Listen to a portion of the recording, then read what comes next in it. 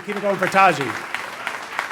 One more time for Taji. Am I saying it right? Is it Taji? So I've been cooking since I could walk into the kitchen. One of the first things I learned to make was my dad's Portuguese bean soup, and the trick was using lots of rosemary so the whole thing smells like a forest. I love that soup still, and I can't walk by a rosemary bush without my mouth watering a little bit. The older I got, the more I cooked, and so by the time I was 8, I was making dinner regularly, and I also figured out that food was something that I could use to ease the tension in my house, and there was a lot of tension. It was my dad, my stepmom, and me. And for the first few years, it was also my birth mom. I don't really have a lot of memory from that time because I was so young. In fact, I only have one vivid memory of my birth mom, Julia, and me. We're in a really busy urban street. There's some chalk art on the ground, and I'm holding her hand. I probably was 3. And I'm laughing hysterically about something. I don't know what. And I look up at her, and she's smiling, and that's it. That's my only memory of her. Because when I was 4, my dad and my stepmom moved out of state with me, and it was the last time I saw Julia. And I don't remember any tearful goodbyes. There probably were some, but I don't remember them. My dad explained it by simply saying that she was a mess, that Julia didn't want to be in our life, and so I believed him. So I grew up with my dad and my stepmom, who I eventually called Mom, and I got used to the idea that I would never know Julia. Well, 2.5 decades later, I'm 30. I'm working as a culinary director, teaching cooking classes, and I get to work one day and check my voicemail, and the first thing I hear is a message that says, "Hi, Taji, this is Julia. I think I'm your mom." And so I call her back immediately. I didn't even realize I had been waiting for that call until I heard it, but I think I was.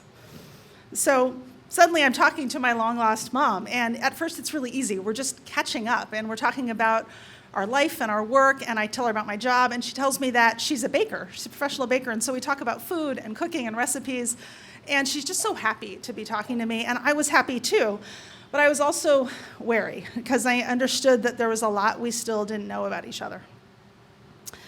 Sure enough, the next conversation was a lot harder. We talked about the time I was 4 and what really happened, and she said that she had always struggled with depression. It was really bad at that time. And so when my dad told her that I would be better off without her, she believed him. And my heart broke for her because I knew how cruel my dad could be. And I knew how hard that must have been to hear at 22. And then my heart broke again because she said, I think he was right. I think, your life looks really good. You sound really happy. I think you were better off without me. And I really wanted that to be true in that moment. I wanted to tell her that her sacrifice had been worth it, but I couldn't do that. I knew that if we had any chance at all to have a relationship, I needed to tell her the truth. So I took a deep breath, and I did. I told her how ugly and abusive my childhood actually had been.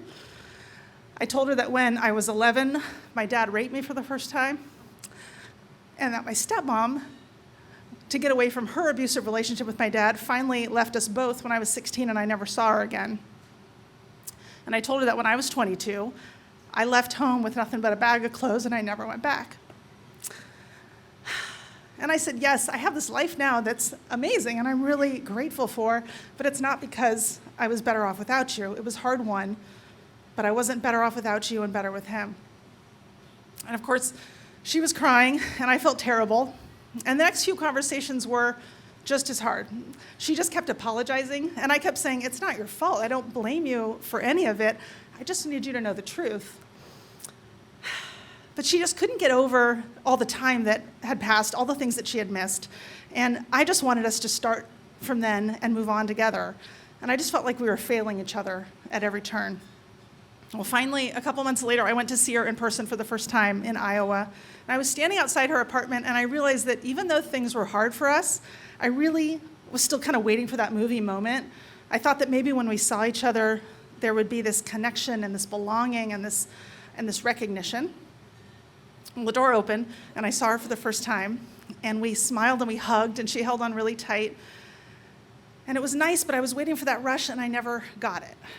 And I could tell that she was having that rush. And I realized something in that moment, that we were having really different experiences. That she, when she saw me, she remembered that 4-year-old girl, and she remembered every day that we spent together. But when I looked at her, I saw a stranger. And so it was really awkward, and I didn't know what to say. And so I did the only thing that made any sense to me.